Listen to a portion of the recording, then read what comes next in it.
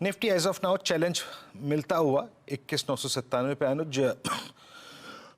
First instance में थोड़ी शॉर्पनेस आज निफ्टी आईटी में नजर आ रही है, बट अभी तक वो थ्रेशोल्ड पॉइंट पार नहीं हो रहा है अनुज। 22,000 की ट्रैजेक्टरी डिसाइसिवली।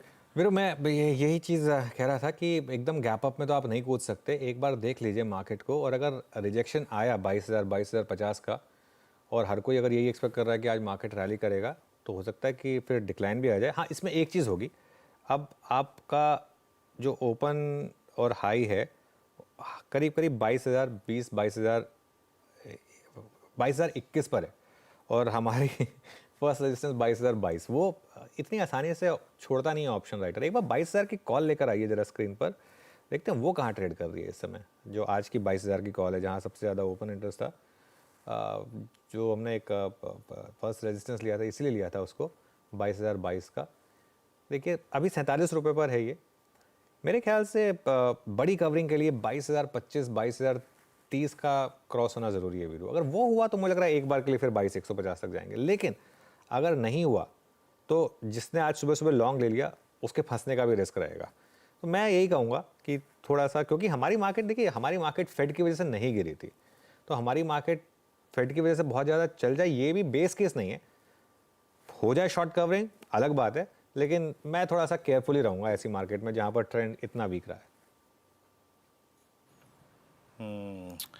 बिल्कुल, निफ्टी एज ऑफ नाउ वो 22,000 की रेंज जो है, खैर अभी बहुत अगली पार्ट है, बट अभी तक उसके पार होने के चांसेस अभी शायद कम लग रहे हैं। थोड़ा तब तक स्टॉक स्पेसिफिक रहते हैं। अच्छा, HDFC बैंक, ICICI बैंक, अब ये दो बैंक्स जो आके खड़े हो गए ना सबसे ऊपर, इन्होंने निफ्टी बैंक के सूरत हाल बिल्कुल बदल दिए हैं।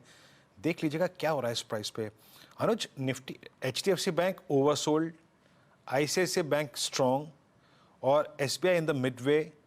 ये कॉम्बिनेशन क्या इस ओवरसोल्ड इंडेक्स में एक पुल बैक जनरेट करने में सक्षम होगा क्या? क्योंकि अब देखते देखते हम डे हाई पर आ गए हैं और अच्छा कर रहा है बैंक निफ्टी इस वक्त एज ए ट्रेडर। बिल्कुल वीरू, और मैं फिर कह रहा हूँ, अगर डे हाई निकाला हमने निफ्टी पर भी तो सेकंड राउंड फिर मतलब असली वाली शॉर्ट कवरिंग शुरू हो सकती है। अगर 22,025, 22,030 के ऊपर अगर निकलने शुरू होकर जिस तरीके से बैंक निफ्टी ने चलना शुरू कर दिया है, तो बिल्कुल डिस्टिंक्ट पॉसिबिलिटी है वीरू।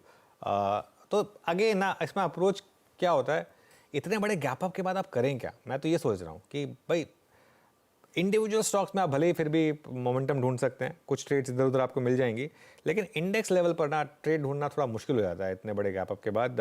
और बैंक निफ्टी में तो दिक्कत क्या है, अब बैंक निफ्टी के ऑप्शंस बहुत महंगे होंगे क्योंकि एक्सपायरी हो चुकी है बैंक निफ्टी की। अब अगर आप अगले, जो क्योंकि हमारे जो ज़्यादातर ट्रेडर्स हैं वो ऑप्शन में ट्रेड करते हैं, अब आप अगर अगले वेंसडे के ऑप्शन ट्रेड करेंगे तो वो ऑलरेडी काफ़ी महंगे होंगे। तो क्या आप उनको ट्रेड करना चाहते हैं या नहीं करना चाहते हैं, ये कॉल आपको लेना होगा। लेकिन थोड़े से साइन हैं कि मार्केट शायद आज 10 बजे तक देख लेते हैं। 10 बजे तक अगर ये टिक गया मार्केट तो मेरे ख्याल से बड़ी कवरिंग होगी। जी हाँ, नाउ स्टेट बैंक, ये आपका Nifty bank is above all moving averages post 12th of March। ठीक है, चलिए अब आते हैं स्टॉक्स पे एक बार फिर से। इंडेक्स की हमने थोड़ी सी यहाँ पे कमेंट्री पूरी कर ली। और क्या इम्प्रेस कर रहा है मिड कैप आईटी में? नहीं छोड़ते हैं अभी, क्योंकि दोनों ही स्टॉक्स